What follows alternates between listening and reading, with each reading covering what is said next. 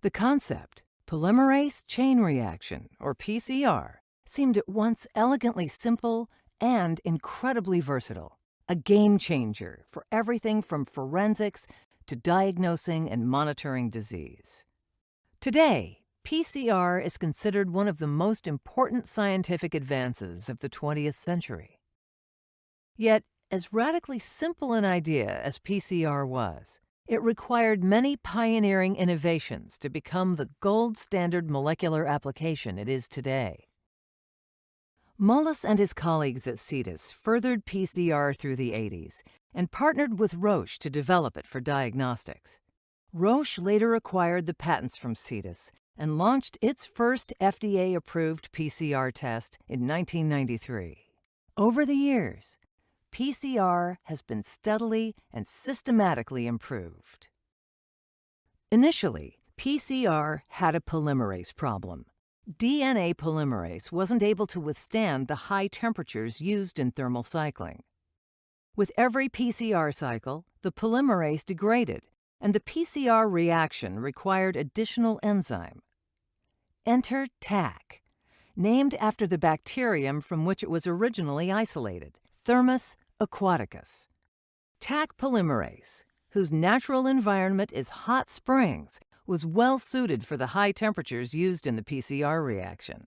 Having a heat-stable polymerase eliminated the need to add new enzyme at each PCR cycle, and therefore made single closed-tube PCR a reality. Since Taq's discovery, new chemically engineered polymerases have been developed, driving the speed, accuracy, and control of Taq to new levels. Another hurdle for PCR was something called nonspecific amplification, which means creating copies of the wrong nucleic acid sequence. At low temperatures, even before denaturation, the polymerase is active. Since the target is inaccessible, the polymerase amplifies primers and other non-target products. Roche employed two innovations to combat nonspecific amplification. First, to better control the polymerase, Roche fabricated aptamers, or small nucleic acid fragments that bind to and inhibit the polymerase at low temperatures. As temperatures rise, the aptamer melts away, and the polymerase is free to go about its work. The second innovation centered around primers. In early iterations of PCR, primers would occasionally bind to themselves instead of to their complementary target sequence. They would then be amplified nonspecifically. To overcome this, Roche chemically modified the primer ends so that amplifying nonspecific targets was nearly impossible.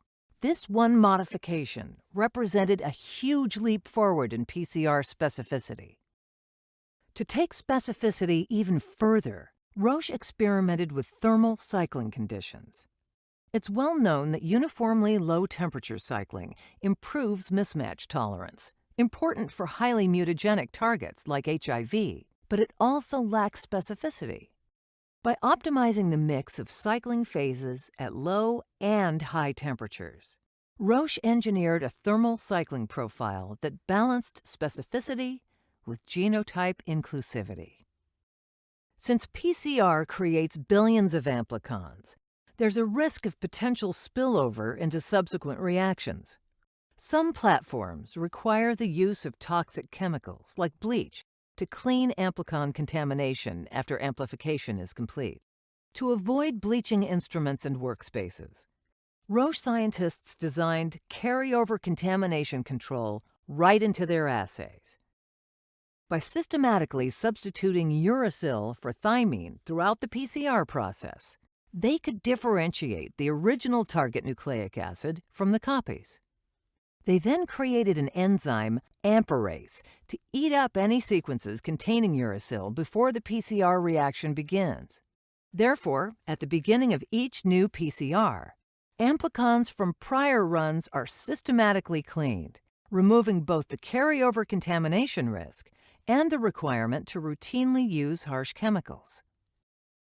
Early publications documented that the efficiency of the PCR reaction could be impacted by factors like the presence of PCR inhibitors, reagent quality variance, or human error in operation. This presented a problem since pathogen quantitation is determined by an assumed PCR efficiency rate.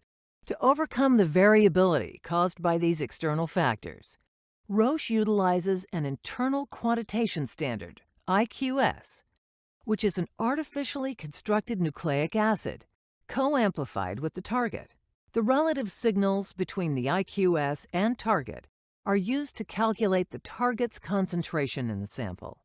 This added rigor provides confidence that changes in the reaction's PCR efficiency will not impact quantitative results.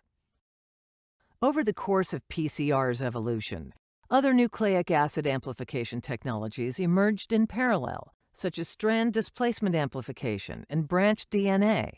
Although they played important roles, neither continue in widespread clinical use today.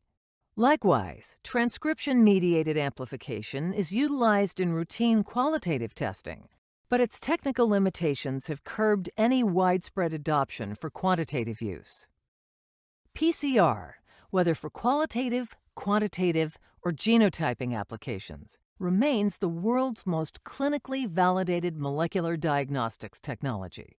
For example, all clinical drug trials for HIV and hepatitis B and C used PCR for determining therapeutic endpoints.